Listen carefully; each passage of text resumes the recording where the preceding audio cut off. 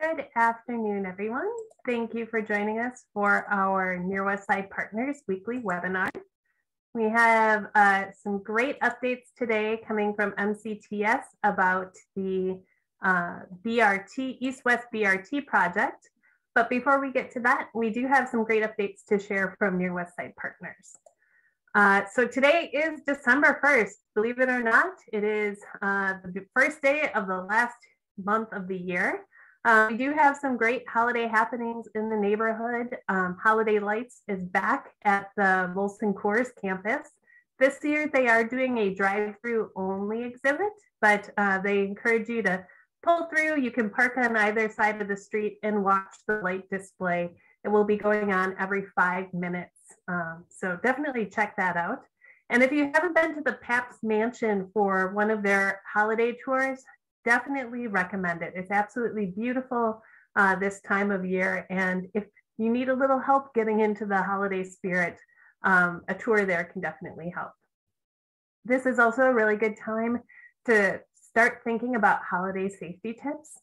You know, when we have packages being delivered to our houses or we're doing some big shopping trips, we always want to make sure that we're being aware of our surroundings. Remember that your safety comes first. Every package can be replaced, but you cannot. So please take care of yourself, turn on your porch lights, lock your car doors, and never leave your car running in your parking garage or spot. Also, a friendly reminder, winter parking rules start today. So if you have signs on your street, you'll have to start observing the alternate sides of the street or follow the instructions on the signs. So another couple important updates. The Wisconsin DOT is hosting public involvement meetings to view the I-94 East-West project. So these are really big changes that they're proposing to make for the section of I-94 that runs from downtown west through the Near West Side and the stadium interchange. So there are two upcoming sessions, one on December 8th at State Fair Park and the other on December 9th at the Wisconsin DNR office on St. Paul. I believe postcards have gone out to just about every Near West Side resident. Emails have been sent as well. And you can also check out the Wisconsin Department of Transportation website for more information about these info sessions. Definitely attend. This is a kind of project that's going to have a big impact on our community for years to come. And they should have an opportunity, you should have an opportunity to see what they're proposing and have your thoughts and ideas heard. Also, we do want to encourage everybody to continue masking up. There's been some concerning information about a new coronavirus variant that has come out. And with this being the holidays, us wanting to have a safe and happy holidays, we do recommend that you mask up regardless of your vaccination status whenever you're outside of your household or with people who aren't part of your household. We also encourage you to get vaccinated. And if you are vaccinated, go ahead and get your booster shot. I personally went last week to the location on St. Paul Avenue. It took less than half an hour. It was quick, relatively painless, and I am assured having that extra protection. So please do take the steps that you need to take care of yourself and your family, especially during this holiday season. The Milwaukee Health Department is also seeking your input on their upcoming 5-year strategic plan. And they're really looking for ways to advance health through anti-racist framework. And they need the insights and the voice of residents and service organizations on the future of public health in our city. So they are running a survey. The link is at the bottom of the page here, and it will be available through December 23rd. It's a relatively short survey, so please take a moment to complete it and share your ideas and thoughts about what's important for the future of health in Milwaukee.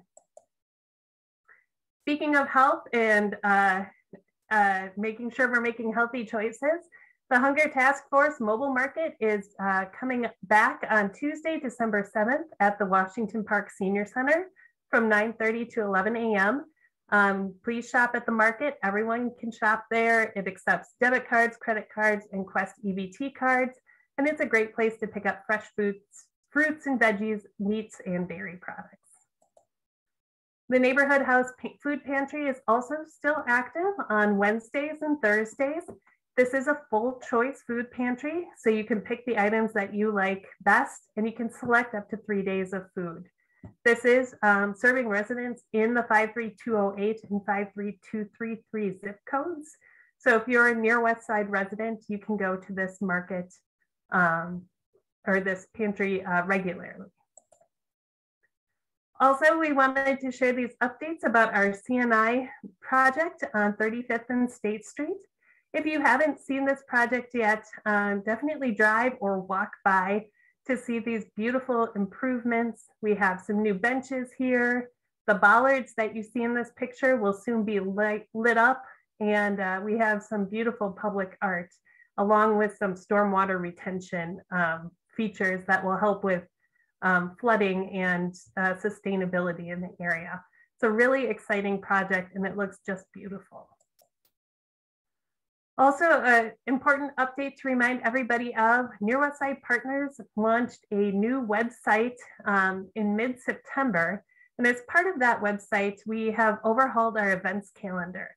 So you can go here to find upcoming events for the month, but you can also submit events that are happening in your neighborhood or at your agency for others to see. So please do visit nearwestsidemke.org and check out our calendar and submit your events as they're coming up.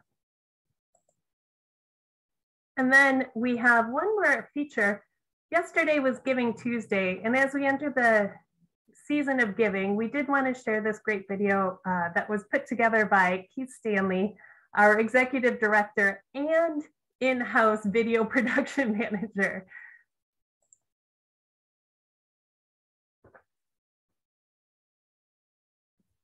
What if in the city of Milwaukee there was a successful nonprofit that not only looked like the community it served, but also hired locally? And what if that same nonprofit with a proven track record in assisting the lives of renters, homeowners, schools, businesses, children, communities of faith, and nonprofits needed your help? How would you give? When would you give? Would you give today? Click on the link below to support the Near West Side Partners. Near West Side Partners does appreciate all the many supporters, funders, and volunteers that we have every year. And we couldn't do the work that we do without them and without you. If you are interested in donating either time, talent, or financial gifts to the Near West Side, you can visit our website. There's an opportunity to donate there, as well as a form where you can enter your email and send over information of what you might like to share. So we, again, thank you. We're so grateful to have you, and we look forward to what we can do in 2022. So with that, I would like to welcome our guest today, David Locher from the Milwaukee County Transit System. David will be sharing some updates about the East-West Bus Rapid Transit project.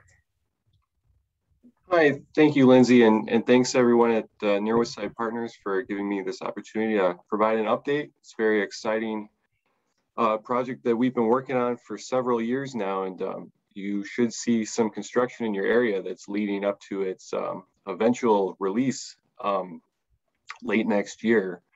But a quick moment about myself. My name is David Locher. I'm with the Milwaukee County Transit System, and I'm part of a team that internally we review all sorts of construction projects from the outside.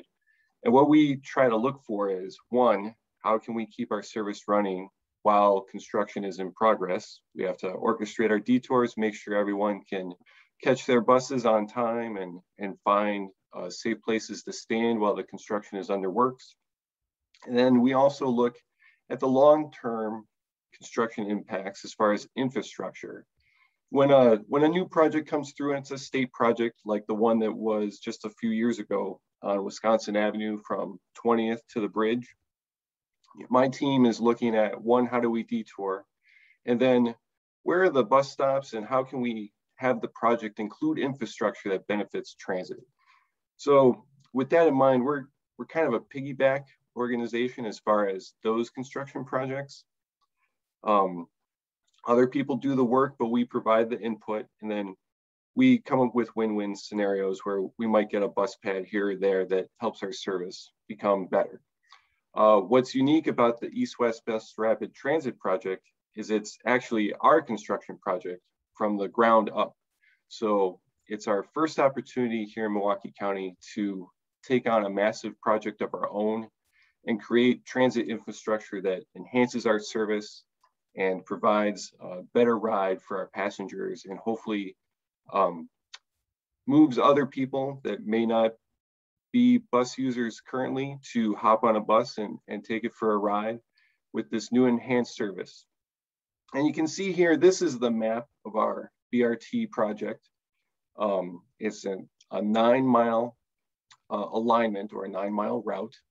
It goes from the lakefront, Van Buren, works its way west down Wisconsin Avenue, then through Pigsville, and then on the Blue Mound, and then it makes its way over to the medical center on the west side, off in Wauwatosa, with a final terminus at the Watertown Plank Park and Ride.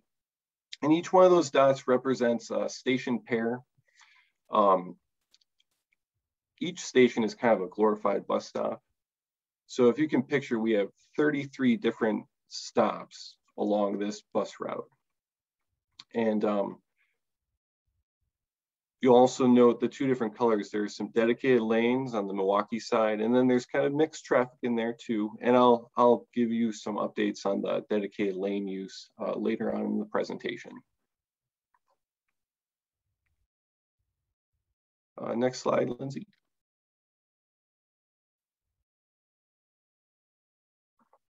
So bus rapid transit, you know, we call it BRT. We've heard a lot of people kind of say, "What? It's the BART, it's the BERT." It stands for Bus Rapid Transit. And what Bus Rapid Transit is it's an enhanced form of bus transportation. It uses dedicated lanes. It has transit signal priority that's very similar to what emergency vehicles use, but not quite as intensive. It has enhanced boarding. We're going to use specialized vehicles on this, battery electric buses, and then off-board fare collection, fewer stops and increased frequency. So that's a mouthful right there, but the easiest way to think about it is it's like light rail, but without the rails. It's similar to a streetcar, like City of Milwaukee's fantastic HOP, which isn't ours, we won't take credit. But if you took the HOP and you took away the rails and you use dedicated lanes instead, is essentially what we have. And instead of a streetcar that has to use rails, we're a bus and we're mobile, and it gives us a little bit of extra dexterity if we have to detour around something, but it still gives us a leg up over mixed traffic so that we're not queuing behind everybody else. So that's kind of all these tools combined create a more reliable, enhanced form of bus service. On to the next one. So why would we invest in this? Essentially, we're taking the busiest corridor in Milwaukee County, and we already have robust bus transit service on this corridor along Wisconsin Avenue. We're taking the busiest portion and we're saying, what if we could make that section more reliable? By investing in bus rapid transit. And when we went through our environmental approval and all our documentation to go through the FTA to gain our funding, we had to do kind of a buffer analysis, like who lives around a half-mile of this proposed route. And when you look at that, that's 21% of the folks that live within a half-mile are coming from zero-car households. So they're already relying on transit. So then how can we make transit better? And without increasing the premium of the fares or anything like that. So that was really the key, is let's look at the busiest corridor and let's make it better. And then we're going to continue to do what Milwaukee County Transit already does best, is connecting people to jobs and destinations, whether it's schools or medical facilities, entertainment downtown, or the medical facilities out west. So we already do this very well, but how can we enhance it and make it better?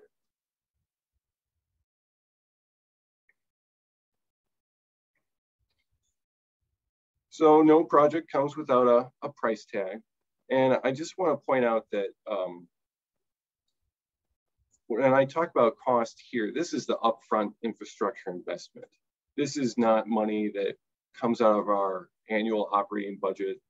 So it's not like by creating this, we're going to have fewer Route 30s on the road, or we're going to have fewer purple lines operating out in the system. This is all just infrastructure.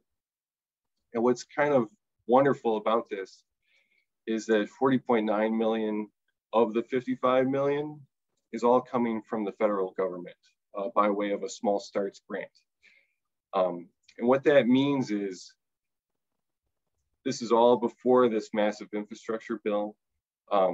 This comes from, at the time, it was a pool of $6 billion that was all allocated for transportation projects nationally, countrywide. So that means everyone from like Dubuque, Iowa to Detroit to Chicago, everybody is vying for part of that $6 billion pie. So we put our hat in the ring to ask for 40.9 million out of that 6 billion. And that we were able to acquire that for this project is a really good milestone for us. Because if we didn't get it, it just means it goes to Dubuque or to Detroit, which is great for them, but we would rather bring it here. So let's enhance the county and the city here. And then we still have the 21% match on the county side. And that essentially goes to bus replacements. We're going to have a mini fleet of battery electric buses.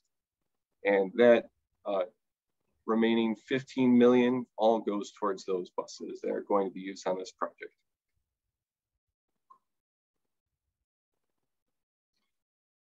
And one of these, this question always comes up: if we're going to have this enhanced service, is it going to cost more for the rider? And that is absolutely not the case. It's going to be the same fare structure as it is today and the same local route structure. If it's 2.25 cash fare on a local 30 or a gold line today, it's going to be the same when you ride the BRT in the future. It's a premium service, but at a regular fare. And then the operating budget, we operate annually off a budget of 160 million. That budget is not going to change once we start operating BRT. So it's a cost neutral approach to bringing this enhanced service. Now, we have been at work with this for a while now, since 2016. So finally, this last year, we had our groundbreaking in June, and it was at 27th in Wisconsin. The governor was there. It was a great time. I've never seen so many political faces at one place at one time. So that kicked off our construction. We're building half of those station platforms this year. We have 17 that are nearing completion, and then the remaining 16 are going to be built out next year. All with us aiming towards this goal of fall 2022 being when we have this service up and running.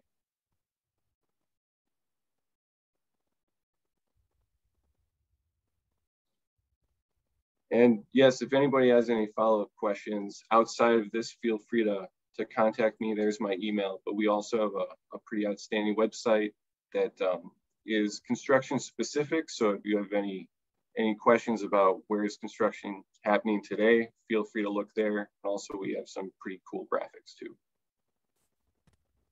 Thanks, Dave. That was super helpful. So I am going to open it up for questions from anybody that we have joining us on either Facebook or here on the Zoom webinar platform. And to kick us off, I do have a couple questions about some of the information you shared today. So first, in the slideshow, you showed some pretty cool looking buses. Can you tell us about the buses that you plan to have and how they might be similar or different to the buses that we currently use? Absolutely. So these are going to be battery electric buses. That means that you plug them in at night, and they're basically a Tesla for buses, but we're going with Nova Bus. So you plug them in at the bus barn overnight, and then they're going to have a charging station out at the Watertown Plank Park and Ride. That's where the bus it parks underneath kind of this arm that kind of scissors down an electrical charge, and it connects with the top of the bus and it charges up the battery just enough to keep it going on through its next trip. So with this project, it takes 9 buses to get the 10-minute frequency for the ridership. And then we're going to have a total of 11 buses altogether. So 9 on the road and 2 spares. They're going to have specialized marketing applied to them. You might see some of our buses today where they have an advertising wrap on them. This is going to be similar to that, but they're all going to have a specialized BRT logo, a new brand. And on through the spring, and as we gear up for the launch, there's going to be more and more marketing, releasing that branding. And with the battery electric component, they're quiet, but they're still loud enough to be noticed by, if you're sight impaired, or you have a disability that you would require a sound to know the placement of the bus, and still able to heat them up over the winter. So they're very similar to the buses today, but that added specialized look, and of course, environmentally friendly, which was a big initiative with this project. That's great. You mentioned it just there, the 10-minute frequency. So if you're a current rider of the line 30 or the purple line, what kind of changes would you see time-wise to your trip? And that's what this is all about, really, is the frequency, which is how long do you wait for the next bus, and the actual ride time. So the frequency today, we built everything off the existing Gold Line. So today the Gold Line runs between every 16 or 15 minutes during peak time. The BRT is going to run every 10 minutes.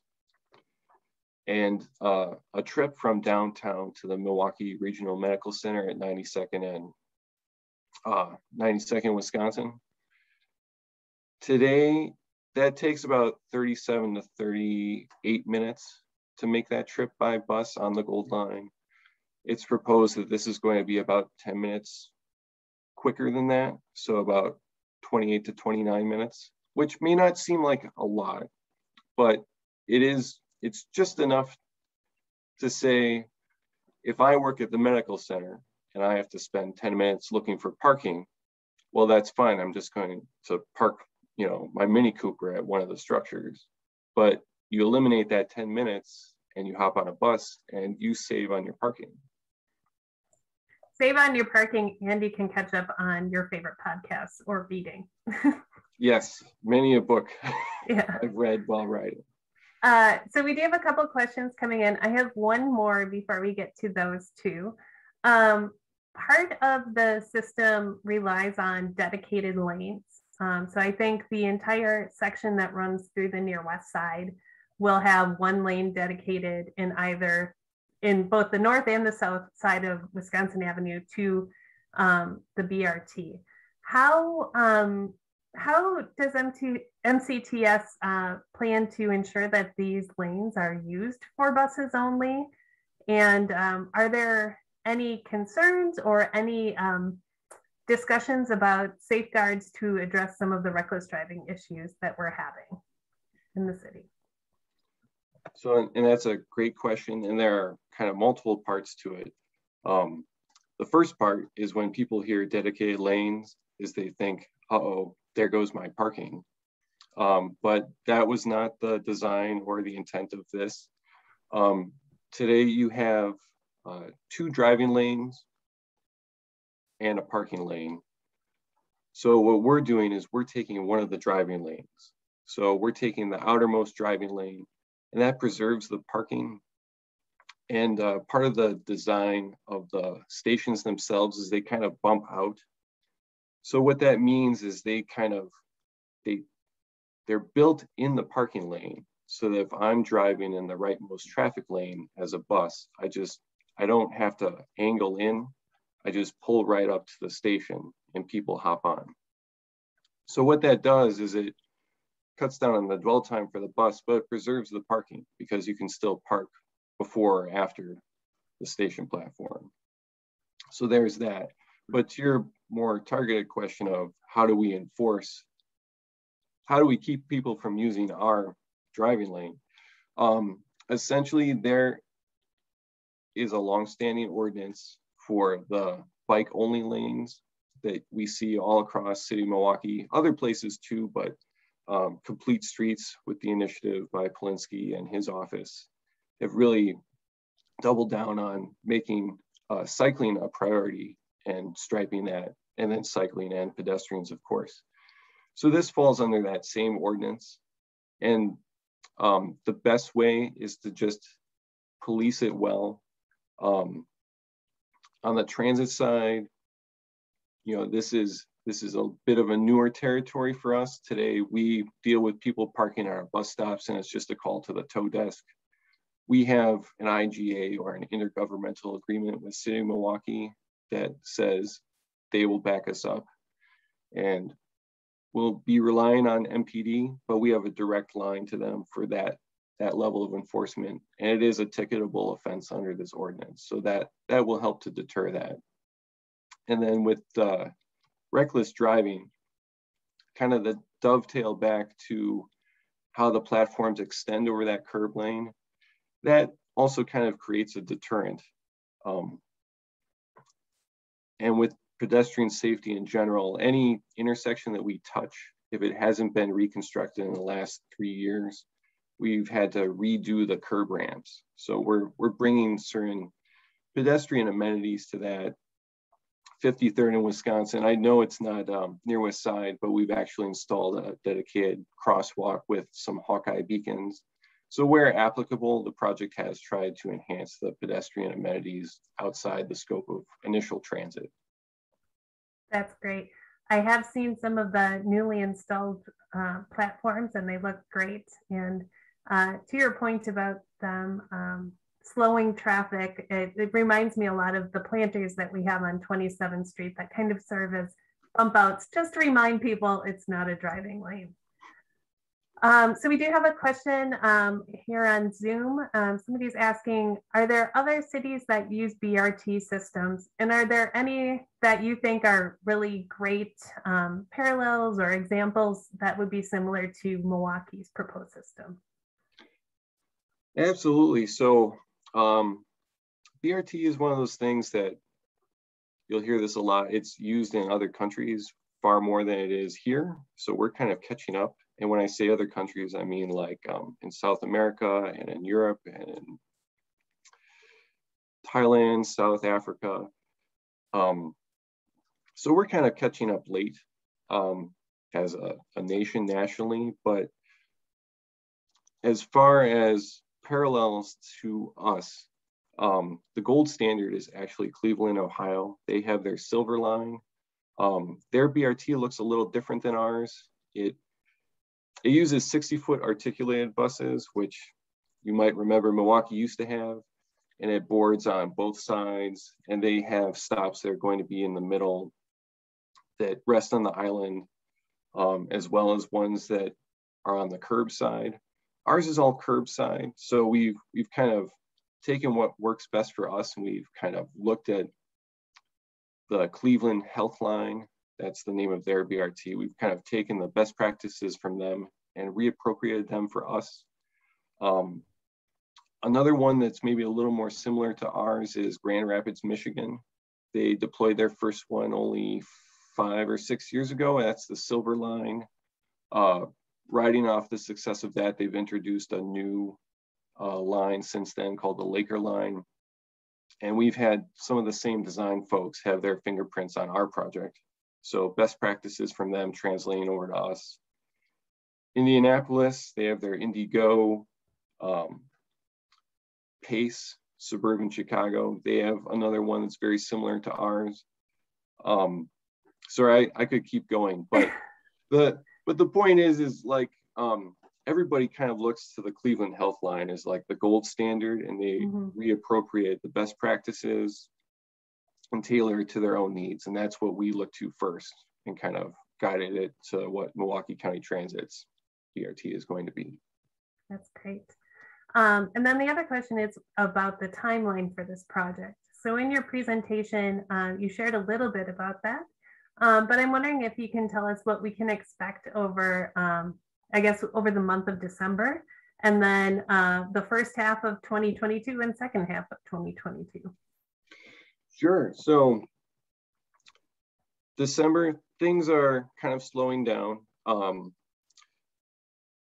Traditionally in Wisconsin, we have that winter shutdown for most major projects, and that's kind of similar here, except our project, because it's kind of like, it's very targeted. You know, we'll have a station platform that's being built at 35th in Wisconsin, and they'll just build it and then move on to the next one. And of course, for Near West Side Partners, the northwest corner of 27th in Wisconsin is the westbound platform that we're working on today. So you'll see that's still open. We're looking to have concrete poured the week of December 13th. So then before Christmas, you should have a platform that looks like a platform, and it's not just a hole in the ground with drums around it. And then we're really kind of into our winter shutdown, and we'll start picking up kind of the concrete and the big civil stuff March, April of 2022. And what we're going to do is on the southeast corner of 27th in Wisconsin, that's kind of our starting point. We're going to start there, build up a new platform, and then work our way east to cover all the downtown ones. So sorry, a bit of information I may have left out is we started at the west end and we've worked our way east. So we started Watertown Plank Park and Ride, and then on through like 70th and Blue Mound, 45th in Wisconsin, 35th in Wisconsin, and now 27th. And then next year we'll start at 27th and work all the way to Van Buren. So everything should be completed by July, fingers crossed. And that's as far as building everything you see in the street and installing all the shelters, installing all the hardware like the ticket vending machines. And then at the same time, our buses, they're going to be arriving, and we'll be training our operators. First bus is due to arrive in April. And then everything, the goal is October of 2022, we'll have this service up and running. And I say that tentatively, that's our goal, but in this kind of COVID environment with supply chains, you know, things can change, but we're going to aim for the best. That's great. Well, I think we're coming up on the end of our Q&A section here. I did just want to ask really quickly, I know you had mentioned in a few previous meetings that we had about the unique design for the shelters that will be featured at these stops. And I'm wondering if you can just give us a really quick update of what that might look like. Oh, well, I think of it like this. It's kind of, everyone is kind of familiar with our bubble top shelters around town. Mm-hmm. So they get the job done, right? But this is, what if Apple made a shelter? So that's how I like to think of it. It's going to be clear, transparent, and translucent glass. They're about 21 feet long. So our standard shelter is about 10 feet, so it's twice that size. The whole intent is to have something that looks and feels new, but at the same time, it stands out just enough, but it doesn't take away from the general landscape. So if you have a shelter in front of the J Zoo by Marquette, you know, you're looking at the J Zoo, but you notice that there's a nice BRT shelter nearby. Great. Well, David, thank you so much for joining us today. We really do appreciate these updates. And I would like to invite you back maybe sometime in summer of next year for an update on where we are with the East-West and the timeline there. And maybe at that point, we can talk a little bit about the North-South BRT or transit study that's going on as well. So thank you again, and we'll be sure to pop your contact information and the link to the East-West BRT website in the comments section on Facebook. Well, thank you, and thank you again very much for having me. Of course. And thanks everybody for joining us this week on the weekly webinar. I want to invite you all back next Wednesday when Keith Stanley and I will be discussing the projects updates from the Appreciative Inquiry Summit that we had earlier this year. So until then, have a very happy December 1st. Stay safe and healthy. Thank you.